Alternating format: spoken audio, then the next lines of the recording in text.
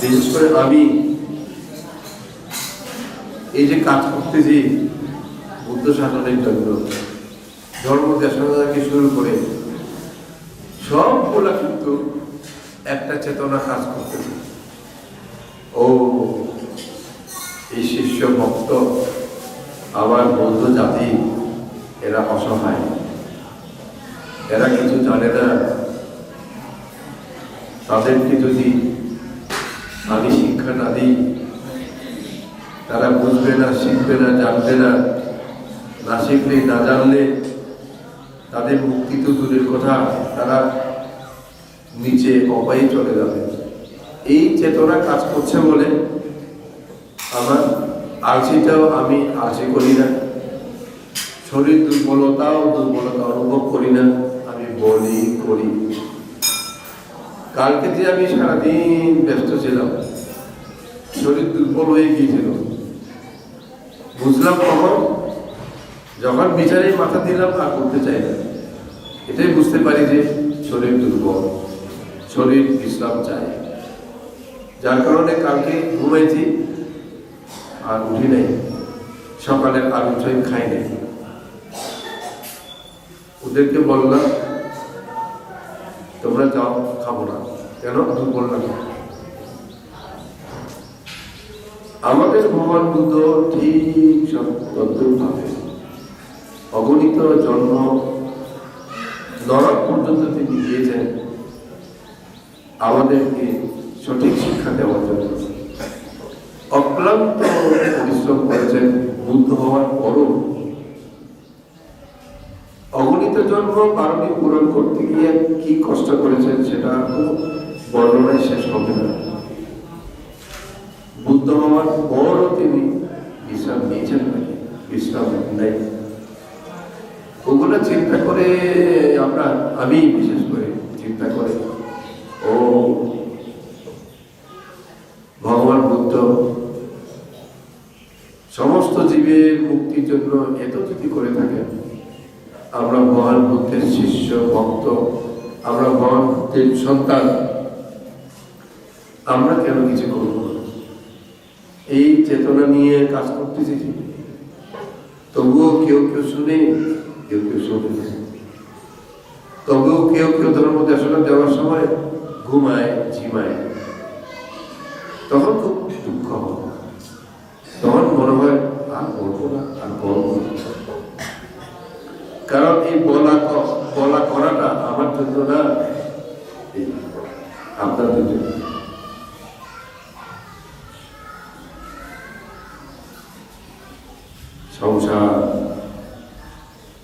সংসার অতি অল্প সময়ে সংসার আমরা উপলব্ধি করতে পারি না, সেটা বুঝতে পারি না। যারা সংসার করছে তাদেরকে জিজ্ঞেস করুন।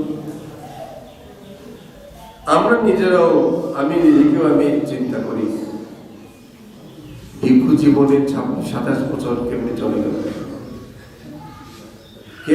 গেল, সংসার দীর্ঘ নয়, ক্ষুদ্র। যারা সংসার করছে তারাও জানবে, আমি তো ওই দিনই বিয়ে করলাম, আমার ছেলে মেয়েরা ইউনিভার্সিটি কলেজ, অনেকে নাতি পেয়ে গেছে।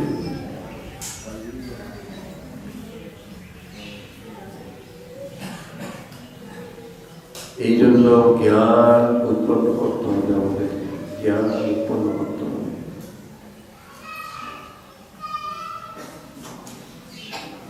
পৃথিবীতে মানুষ হয়ে এসেও সব জায়গায় যে পূর্ণ করতে পারে তা নয়।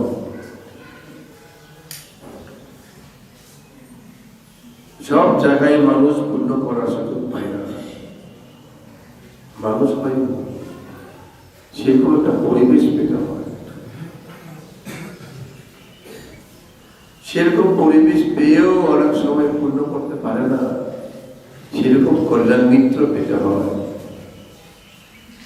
সেরকম কল্যাণ মিত্র পেয়েও পূর্ণ করতে পারে না, শরীর স্বাস্থ্য ঠিক থাকতে হবে। শরীর স্বাস্থ্য ঠিক থাকলেও পূর্ণ করতে পারে না যদি তার সময় না হয়। সময় পেলাম ঠিকই, সময় করলাম ঠিকই, তবু অনেক সময় পূর্ণ করতে পারে না। আমার ছেলে মেয়ে স্বামী স্ত্রী তাদের কারণে আমার জ্ঞান যাওয়া জাতি যাওয়া শীল পালন করা হয় না। এইসব চিন্তা করে দেখো একটা মানুষের পূর্ণ কাজে কতখানি অন্তরায় বাধা আছে, সেগুলাকে অতিক্রম করে পূর্ণ করত। কেন?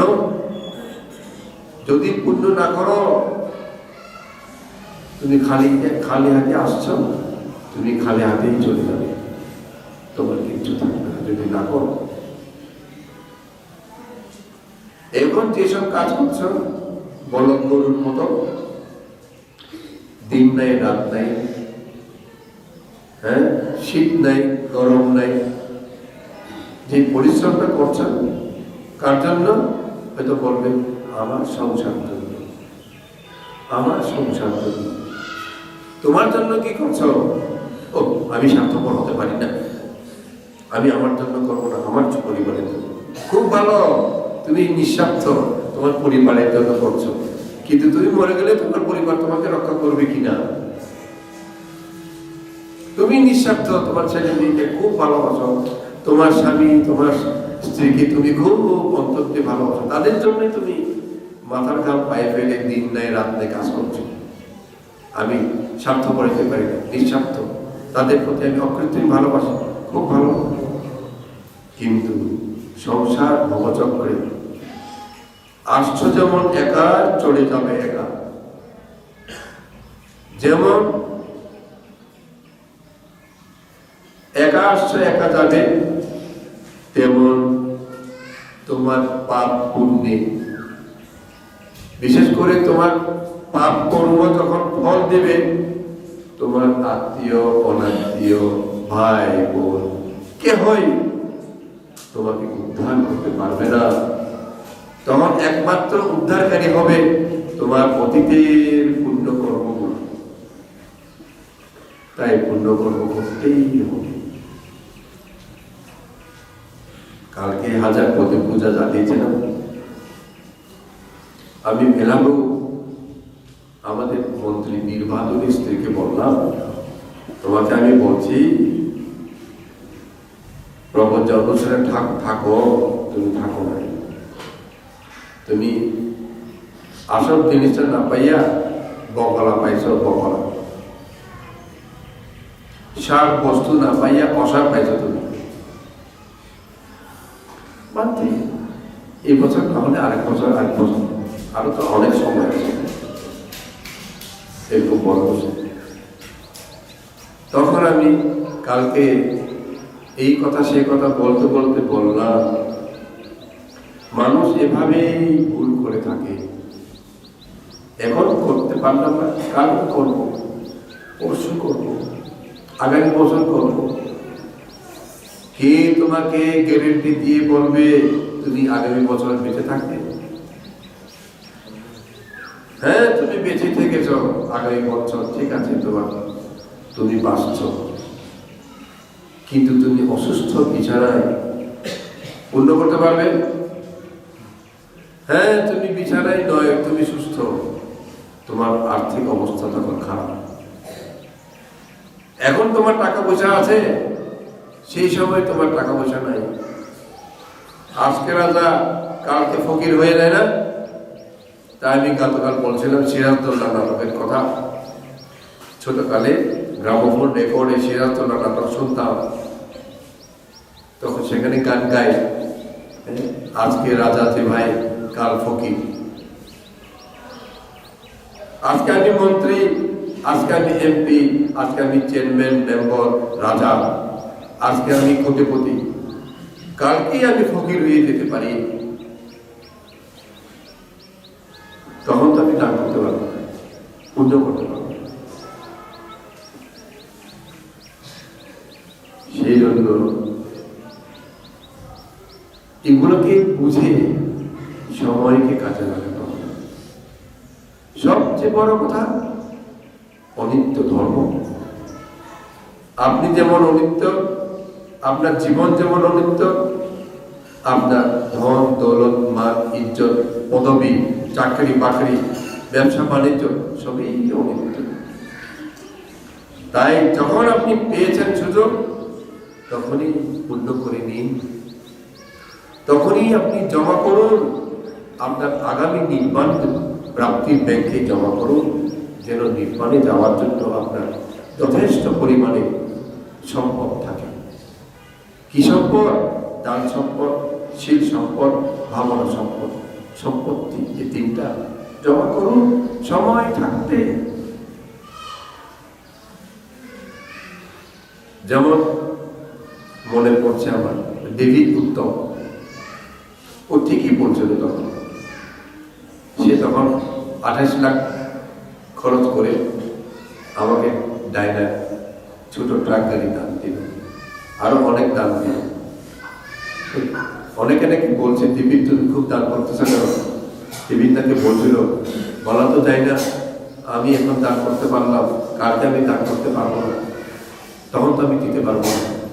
সত্যি তো, তখন সে দান দিয়েছিল, এখন দেবীর চাকরি নেই, এখন দেবীর দান দিতে পারছে না, বেচারা এখন চাকরি হারা। হয়তো লোকে বলবে কেমন এটা, তুমি তো দান দিয়ে চাকরি হারিয়েছে কেন? আরে বাবা, তুমি তো আম গাছটা এখন লাগাইছো না, চাকরি হারিয়েছো যে এটা ওই আগের জন্মে লাগানো গাছের ফল, এটা আগের জন্মে লাগানো কর্মের ফল। তুমি এখন যে গাছটা লাগাইছো এটা তো সামনে খাবে।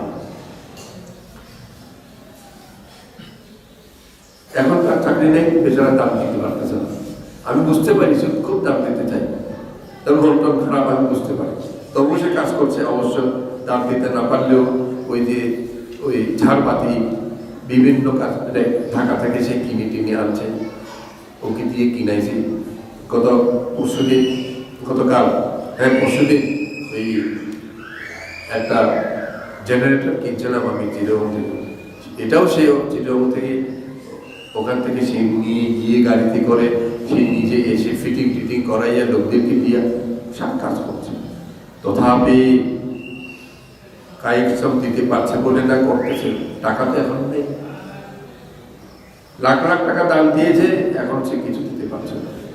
হ্যাঁ, একদম ফকির হয়ে গেছে সেটা নয়, কিন্তু দিতে পারছে না। যেমন অমিয় বেচারা, ও কম তাই না, ও দিতে চায়, খুব দিতে চায়। ওই শিল্পীর চাকরি আছে বলেই চলছে, অমিয় তো চাকরি নাই এখন। এই জন্য আমি মনে মনে ভাবি বেচারা এইসব অনুষ্ঠানে অমিয় পুরা প্যাকেজ দান করে, প্রত্যেকবার 3 দিন হলে 3 দিনই দান করবে সে, তার দানের অভাব নেই। এখন চাকরি নেই যে 2 বছর হয়েছে নাকি 3 বছর হয়েছে না, তবু সে দিছে, তবে প্যাকেজ দান করতে আর পারছে না। সে দিছে কোত্থেকে? তার মনের চোখ থেকে দিছে। এগুলা সচক্ষে দেখা উদাহরণ গল্প বই থেকে নয়। তা এই জন্যই বলছি, সংসার যেহেতু অনিত্য, সংসারে যতগুলো চোখে দেখছ সবই অনিত্য, টাকা পয়সা মান ইজ্জত সবই অনিত্য। তাই এখন সময় পাও, এখন তুমি পূর্ণ করো।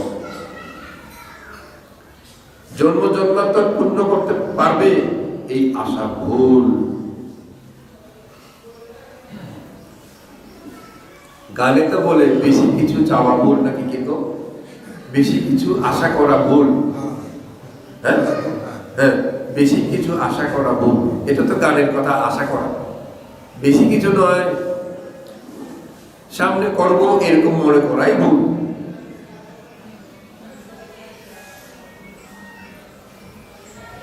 জন্ম জন্মান্তর পূর্ণ করতে পারে না।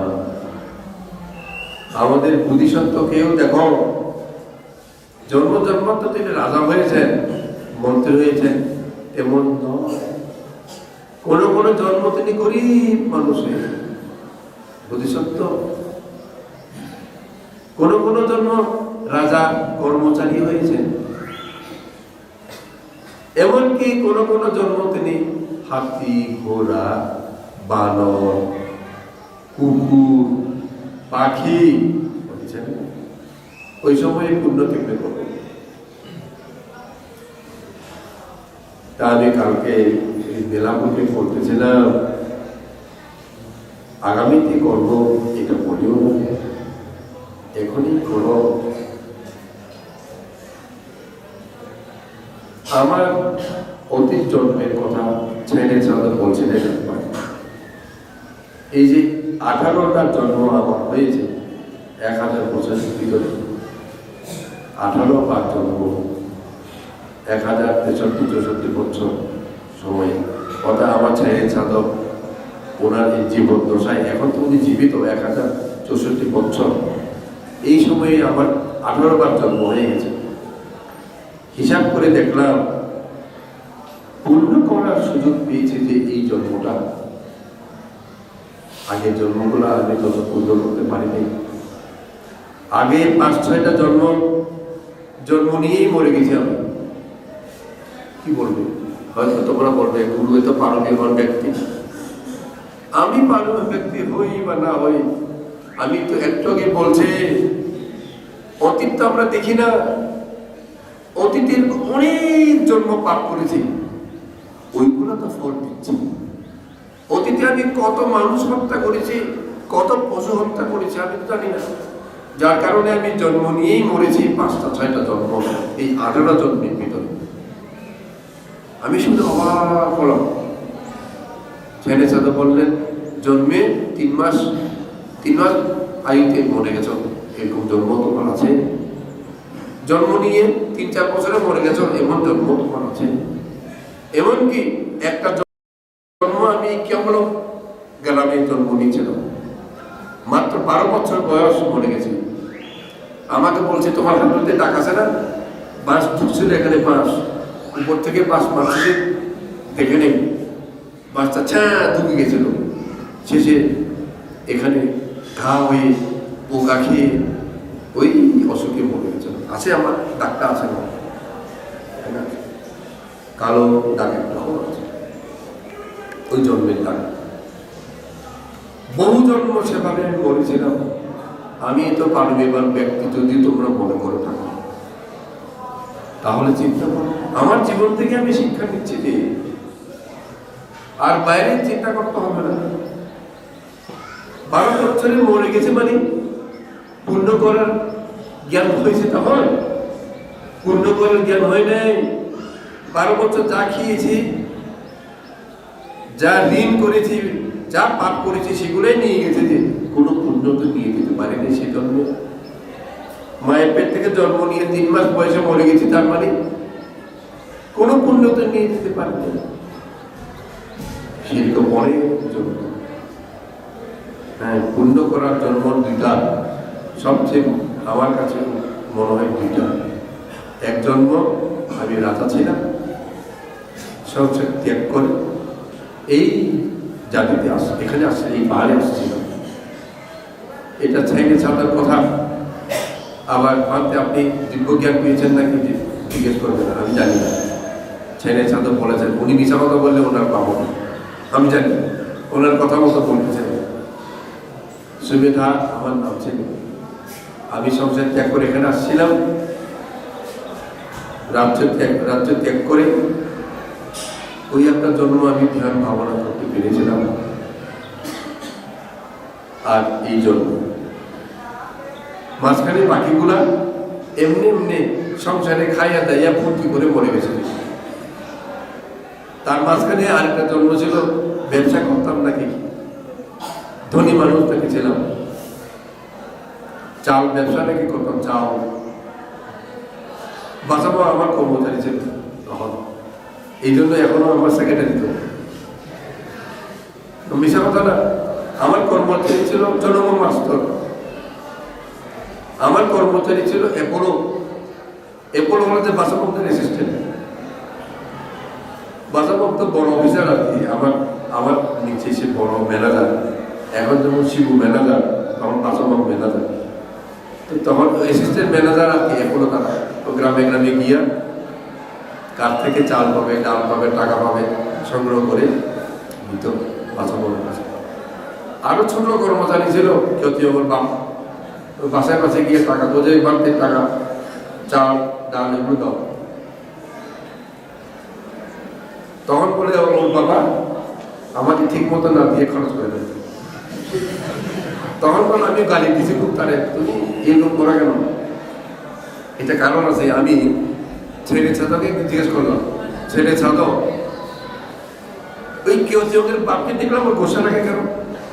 সত্য কথা, কেউ বাপকে আমি, আমার শিষ্য তো, আমি ভালোবাসি, কিন্তু তাকে দেখলে আমার মাঝে মাঝে খুব গোসা হয়, বিনা কারণে, কিন্তু কোনো কারণ ছাড়া রাগ হয়, তার মুখটা দেখলে রাগ হয়। তখন ছেলে ছাদক বললেন যে তোমার কর্মচারী ছিল তো, ও তোমাকে টাকা ঠিক মতো দেয় না, তুমি গালি দিছো যে ও রাগটা এখনো। ভালো ভাই কেন পাও ये 내가 보고 세계적이야. 내가 코로 사례 적용이. 어이, 회자 전에 있어, 회자 비. এই আগের জন্মে সম্পর্ক এখনো আমার কাছে আসছে। বাঁচাবো আগের জন্মে আমার ম্যানেজার, বাঁচাবো এখনো তো আমার ম্যানেজারের মতো, আমার সমস্ত কাজ, কেমন সমস্ত কাজ সব সেই তো করতেছে, কথা প্রসঙ্গে বলতেছে। তখন পানিতে ডুবে পড়ছিলাম আমরা একসাথে, জাহাজ নৌকা আর কি, বড় চালের নৌকা ডুবে গেছিল। আমি চলুম বাবু বাজানো একসাথে ডুবছি পানি, এই জন্য পানি দেখলে ডর লাগে আমার। না সত্য কথা, ছোটকালে আমি পুকুরে একা কোনোদিন নামি না, সাঁতার কাটতে জানি তো, পুকুরে কোনোদিন একা নামি না। পুকুরে এবার ওপার আমি কোনোদিন পারাপার হয়নি, করিনি সাঁতরাই টাইমে। একবার তোমার অবশ্য গেছি এমনি সবার সাথে আর কি, একা একা পুকুরে নামছে বলে কেউ দেখে নাই আমাকে, ভয় পাই, পানি দেখলে খুব ডর লাগে, ওই ডুবছি। এটা কথা প্রসঙ্গে বলছি, এইভাবে বহু জন্ম শেষ করে দিয়েছি, পুণ্য করতে পারি নাই, এখন পুণ্য করছি। যেমন ধরো গরিব মানুষ ওই শাক ভাত খায়, প্রত্যেক দিন 1 টাকা 2 টাকা 3 টাকা 5 টাকা জমা করে, জমা করতে করতে একদিন বিরিয়ানি খাওয়ার টাকা হয়, পোলাও খাওয়ার টাকা হয়। ঠিক তদ্রুপ বহু জন্ম কষ্ট করে পুণ্য সঞ্চয় করে এক জন্ম পুণ্য করার সুযোগ পায়। এই যে পুণ্য করছে, আমার মতো কে করছে? কেউ করতে পারে। 6টা জাতি পাঠাইছি, 7টা জাতি পাঠাইছি, এরকম কি আমি অনেক করেছি দেশে বিদেশে, সঞ্চিত পুণ্যের ফল। তাই তোমরা এখন সুযোগ পেয়েছ, পুণ্য করবে, সময় ক্ষেপণ করবে না, কালকে মরে গেলে করতে পারবে। আর দীর্ঘ দেশনা দেওয়ার পর শরীর খুব দুর্বল। বারবার এই কথাই বলতে চাই, পুণ্য যতদিন জীবিত থাকো ততদিন পুণ্য করো। বার্মা ভাষায়, বার্মির ভাষায় একটা প্রবাদ আছে, রেজাকম মানে পানি ঢালিতে ওই জিনিসটা, রেজাকম আলাকা মকরুক চিগে আলাকা এমনিতে রেজাকম আলামা কৈথাবা, সর্বদা যেন হাতে ওই পানি ঢালার ওই পাত্রটা সবসময় যেন ধরে রাখতে পারো, যেন সেটা হাত ছাড়া না হয়। অর্থ কি? পুণ্য করবে পানি ঢালবে, পুণ্য করবে পানি ঢালবে, সবসময় সেটা যেন হাতে থাকে। এটা বলার অর্থ কি? ধর্ম বই এটা লিখার অর্থ কি? তুমি যেন সবসময় পুণ্য কাজে ব্যস্ত থাকো, এই জ্ঞানটা শিক্ষা দাও। এই যে এখানে ওরা আওয়ামের বউ মরে গেছে, সে যা পুণ্য করে গেছে তাই। সে কি মনে করেছিল আমি এত আগে মরে যাব, ছেলে স্বামী সবাইকে ফেলে? নিশ্চয় মনে করে নাই, কিন্তু তার আয়ু এতটুকু ছিল, চলে গেছে। এখন আফসোস করলে কি হবে? আফসোস করার সুযোগও তো নেই। যখন জীবিত ছিল তখন সে যা দানশীল করে গেছে সেটাই তার সাথী। তাই সবসময় এটাই আমার মাথায় ঢুকে, কারণ আমাকে অনেকে বলেও তো এত পুণ্য এত অনুষ্ঠান কি উনি ব্যবসা শুরু করে দিয়েছেন। হ্যাঁ, তাদেরকে দোষ দিব না, তাদের জ্ঞান নাই তো, তাই ব্যবসা করছে বলে মনে হবে না। কিন্তু আমার মাথায় তো সে চিন্তা নয়। এই লোকদেরকে উদ্ধার করতে চাই বলে আমি সবসময় পুণ্যময় কাজের বলয় এই পরিষেবার ভিতরেই রাখতে চাই। মা বাবা সন্তানদেরকে ভালো মানুষ করতে চাই বলে 1 ঘন্টাও তাদেরকে ওদিকে ঘুরেফেরা করার সময় দেয় না। এই স্কুল থেকে আসলো, এই প্রাইভেটে গেল, ইংলিশ টিচার থেকে এসে অঙ্ক টিচার থেকে এসে গ্রামার টিচার। অনেক সময় শোনা যায় তোমার ছেলে তোমার মেয়ে সময় পায় না, কি করব, সবগুলো পাস করতে হবে তো, এই জন্য সময় মোটেই পাই না, বিশ্রাম নেওয়ার সময়ও নেই। তোমার ছেলে মেয়েকে এত খাটাইছ কেন? মানুষ করতে চায়, ভালো মানুষ, শিক্ষিত মানুষ করতে চায়, তাই তাদেরকে প্রতিটা মুহূর্ত ঘন্টায় ঘন্টায় প্রাইভেট টিউশন মাস্টার দিয়া সব কিছুতে তাদেরকে গঠন করতেছি। তত আমিও তোমাদেরকে প্রতিটা দিন না হোক প্রতিটা মাসে বিভিন্ন কর্মসূচির মাধ্যমে ব্যস্ত রাখছি পুণ্য কর্মে। তোমরা যেন অপায়কামী না হও, তোমরা যেন নির্মাণকামী হও, এই গানটা রাখো। মনে করিও না আমি ব্যবসা করছি, আমি যে টাকা পাচ্ছি। তোমরা দেখো না, জিজ্ঞেস করে এই টাকা আমি কি করছি, এই টাকা আমি জীবন নতুন কিনছি, নাকি আমি খুব মজার মজার খানা কিনে খাচ্ছি, নাকি তোমাদের টাকায় আমি বিদেশ বেড়াচ্ছি? কিছুই তো করছি না। তোমাদের টাকা তোমরা যে অষ্টপরিষ্কার দাম দিয়ে আজকে যে টাকা দিছ, এই টাকাই তো আমার ক্যাম্প বানানোর কাজে, জাতি বানানোর কাজে, ধর্ম কাজে, পুণ্য কাজে ব্যয় হবে। তোমাদের পুণ্য ডবল হবে, হবে না?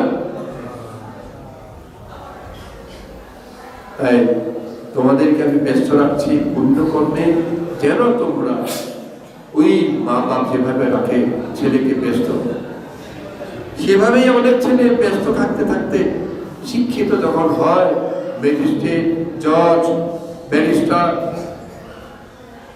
ইঞ্জিনিয়ার, বড় চার্টার্ড অ্যাকাউন্টেন্ট, তখন তো মা বাপ খুশি হয় না?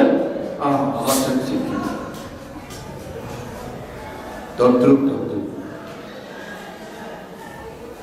পুণ্য কর্মে সময় নষ্ট করে ফেলেছি মনে করিও না। পুণ্য কর্মে টাকা পয়সার ধন নষ্ট হয়ে গেছে মনে করিও না। এগুলো সব জমা থাকছে।